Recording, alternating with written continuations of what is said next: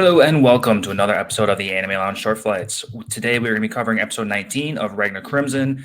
All in all, this was a pretty interesting episode. They kind of threw us through a loop right away, starting right away off in space. They came out of nowhere. Last episode, we were like just running into Crimson and things are starting to look normal. And then poof, we're on the moon. So that was a little bit of interest. I would have liked a little bit of like a, hey, let's go through this door and let's be in our old place and we can train or something.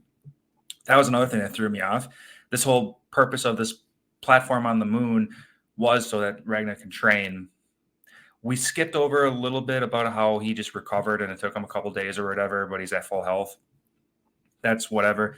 But yeah, the whole purpose was for Ragna to get a little bit stronger because Crimson wants Ragna to like lead essentially this army made out of his silverine and go start killing all the dragons. And you know, that's kind of a good idea to begin with.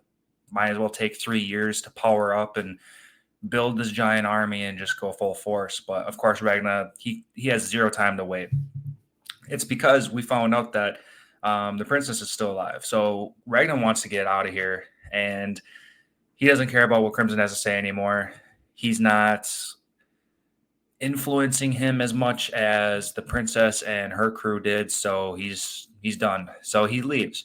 And I really like what they did because they did a big callback to that poison that he took when Ragnar first met Crimson. Just the callbacks are always good. So that was really fun to see.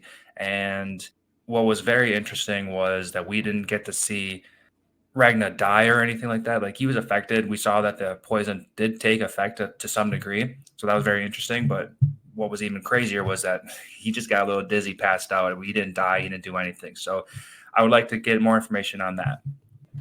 So that's basically what's going on with Ragnar. He's just going to go back, try to squad up with the rest of the princess's crew and try to go find her. That's cool. Just a building episode for that. Now to get to the other important part, like I said, the princess is alive. So that's very cool. She's being held captive by Kamui, the lightning dude who's super freaking strong. Really like him a lot. It was a little weird about the explanation about cutting off a head and then putting it back on right away. And then like there's some form of magnetism going on. And it's okay that you can live as long as you put the head on quick enough. Like, I guess in theory, if you want to talk about nerves and stuff like that, that could make some sense, but that was too simplified. So that was kind of funny. Anyway, when we got to introduce to Kamui again, we saw him like static put a new tattoo on his neck. They didn't say anything about it. They said it in the manga too. Like they showed that. So like this purpose of doing whatever he did does have some kind of meaning, but I really want to know what this really is. So I guess we'll have to see what that is.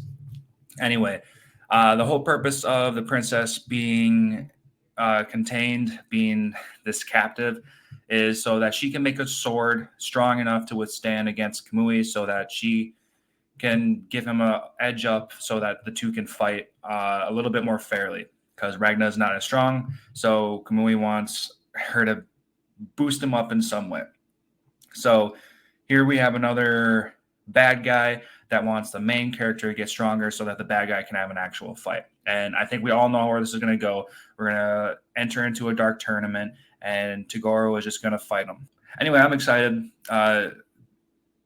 Silverware Princess, she's already starting her process of making that sword. And this fight is going to come a lot sooner than things could have happened. But I guess we'll see. I mean, there's only a couple episodes left.